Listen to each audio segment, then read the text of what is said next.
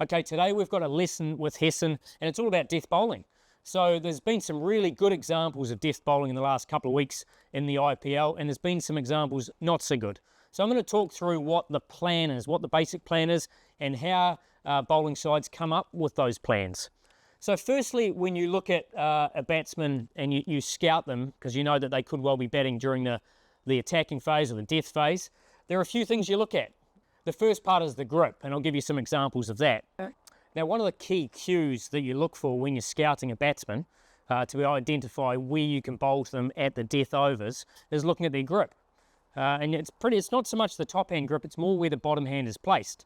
So you can identify whether someone is more of a top-handed dominant player, where they can extend through the ball, or whether they're more of a short arm player in terms of their bottom hand is always on the bat, so they don't have this pincer grip, and their bottom hand is always in the bat. You'll tend to think they tend to go wider, and therefore they can have a shorter backswing but generate a whole heap more power, but they don't have the reach that the top hand dominant players have. So that's a really important cue that you need to be aware of when you're looking at where you can bowl to someone during the death overs. The second part is the setup, and what I mean by the setup is the alignment of the feet and the width of the feet, and that gives you a cue into where you can land the ball with the least amount of power being able to put force into the ball. So let's say these are the feet of a batsman at the moment. Let's assume that they're right-handed, okay? Now what tends to happen with most power hitters is they will open up the front foot, and that gives them access to the ball, okay? So the problem with that is when someone opens up with their feet is they really struggle to reach the ball out here. So all of a sudden, if someone clears the front foot, you've got two areas, or you've got a number of different areas. One of them is to land the ball basically on the wide line. So at that point, when they clear the front foot, they're unable to reach the ball out on the wide line. And if they can, it's pretty much with half a bat, okay? The other thing is when someone clears is that you land the ball up here, so it's high and wide with no pace, okay? So you're trying to land the ball. The other one is straight, the slow bouncer, or slow ball bouncer. And if someone clears the foot this way, you've got the option of landing the ball in this area here, which is inside the swing. So you're basically, what I would say almost like in a baseball term, is you're hitting the corners of the plate. The one place you don't want to bowl when someone sets themselves up like that is what I'd call Main Street, is anywhere down here. And what tends to happen is that in the normal part of a game, bowling off stump or just outside is what you're actually trying to do. But once someone has decided that they're going to get into that hitting phase, the last place you want to bowl is anywhere from off stump to about sixth stump, because in that position there, I can actually hit the ball anywhere. You can't actually set a field to defend it. So that's why you'll often see bowlers bowling at the wide line. They'll often bowl slow and wide with third man up, but it's really hard to lay it off because there's no pace on it. You'll have that straight bouncer, whether it's pace on or pace off, and then you'll have the Yorker that's straight. The other part to look at is the width of the landing area. The biggest step that I take gives me a bigger landing area to land the ball in. So if I take a really short step, then this landing area for a Yorker becomes smaller. But if you see someone takes a big step, it allows you to land the ball in here and basically bowl Yorkers at will. So the best thing you want to see as a death specialist is someone taking a big stride, because then I can land the ball anywhere between their feet, whether it be straight or wide. So see, one of the cues to being a really good death hitter is having a really narrow width or a narrow stance when you do take your setup. Other things to consider with a bowling plan is your big side. You know, obviously if your big side is the offside, then these are the options you're going to do more often. If you've got a big side over here, then most likely these are the ones you're going to choose. Your field's going to be out here, and then every now and again you're going to hit the wide line. So your plan's really clear depending on the dimensions of the ground. Okay, we're going to look at two examples. One really good one from a bowling point of view, one not so good from a bowling point of view. So firstly, we're going to look at Vshack Kumar. I know him very well, obviously from Karnataka, came on as the impact player against Shafane Rutherford. Now, for the purposes of this, Shafane is going to be right-handed, but I'll get Vshack to bowl around the wicket. Just means that I have to change the picture. So for a start, Shafane Rutherford stands here. He had his back of his foot on off stump. and then when he cleared his leg, he went outside leg. And Vshack Kumar basically bowled around the wicket, and all he's trying to do is hit the wide line. Okay. Now, the fact that Shafane has opened up his front leg means that he really struggles to reach the ball on the wide line. If you miss and you bowl down this, what I call Main Street down here, he's very, very good at hitting the ball over extra cover for 6. So from Vshack's perspective, he's actually happy enough bowling wider than the wide line. And occasionally, I mean, he bowled 3 wides in and over, but he created a whole heap of dot balls as well. So I'm far happier as a captain if Vshack is going, yep, I'm going to try and hit that wide line. Ideally, I'm trying to land it in this area here because his feet are quite wide, so I've got quite a big landing area for the Yorker. And he even missed in terms of bowling full at times and bowling full tosses.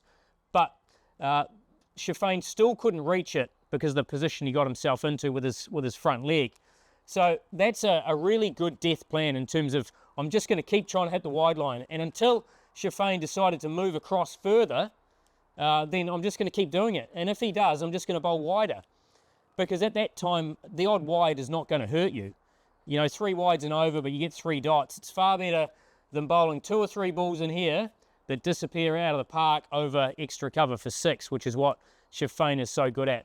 So it showed a real depth of courage from Vshack and his captain, Shreyas Iyer, to stick to that plan. So those 2 to 3 overs from Vshack pretty much put the game in Punjab's favour.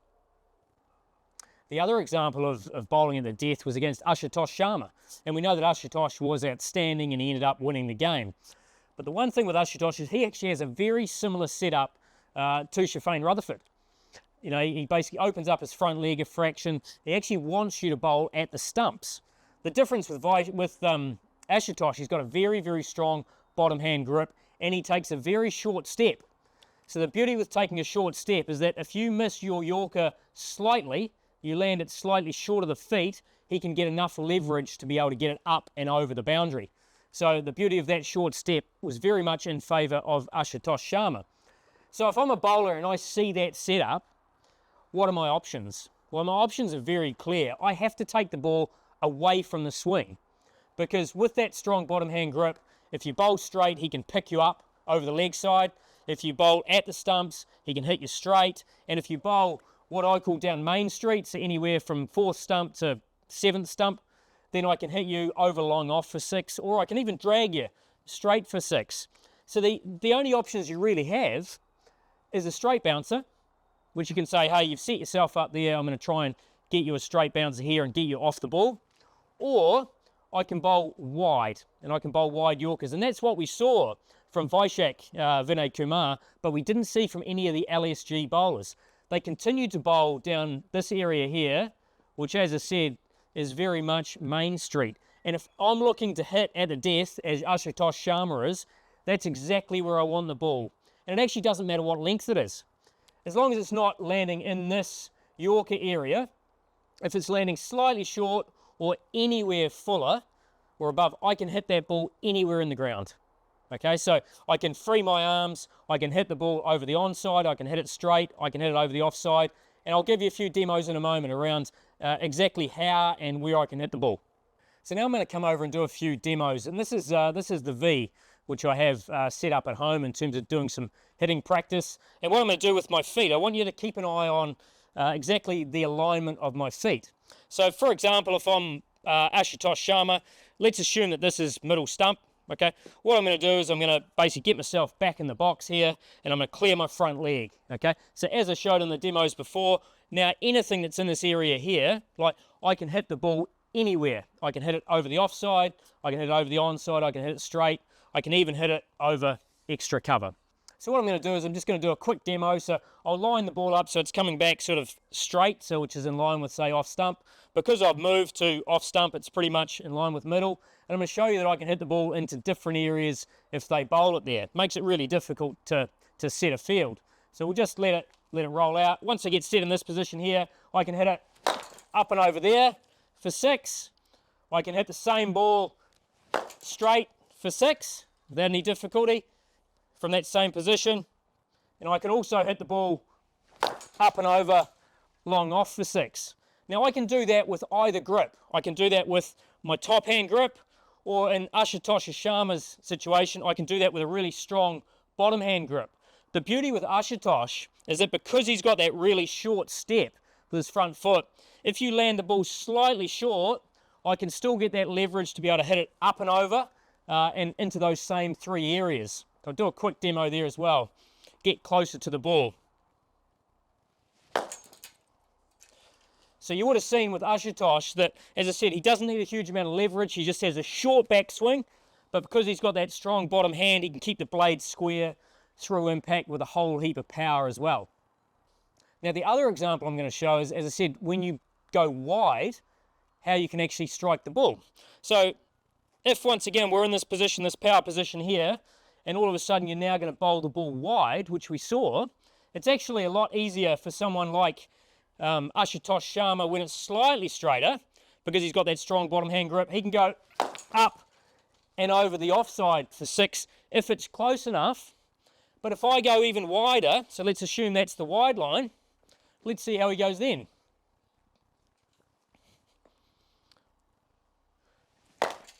So all he can do is sort of reach for the ball, and you would have seen that from Shafane Rutherford all the time. So no matter whether you're a top hand dominant player, on the wide line, which is that line there, and I've measured it, all I can do is get half of a bat on it. So I'm basically going to slice the ball, which is what the ball done there. And if I'm Ashtosh Sharma and I've got a strong bottom hand grip, I can only reach even half as far. I can't even reach as far as Shafane did. So what it shows is that when you've got that bottom hand dominant player, it's even more reason to go wide than if someone is a top hand, more of a reach type of player. So what I think we'll see as this IPL progresses, and even in international cricket, we'll see when the power hitters come in, you'll see players aim for the wide line more.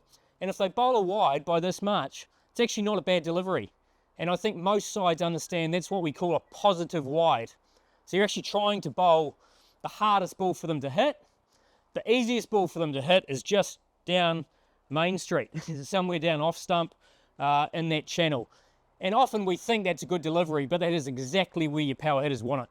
So the other part that you see is because when you know bowlers are bowling wide at you, you'll see batsmen shuffle across to get further outside off stump so they can get closer to the wide line. The good rule that's been introduced, however, is that the wide line moves. And you'll see with some reviews and so forth, when they show it, when the ball's released and you set up, where is your back foot? And if it's outside the off stump, then the wide line moves that far further outside off. So the same plan applies. You've just got to have that courage to, if you see the batsman move across, you've just got to keep throwing it wider and wider.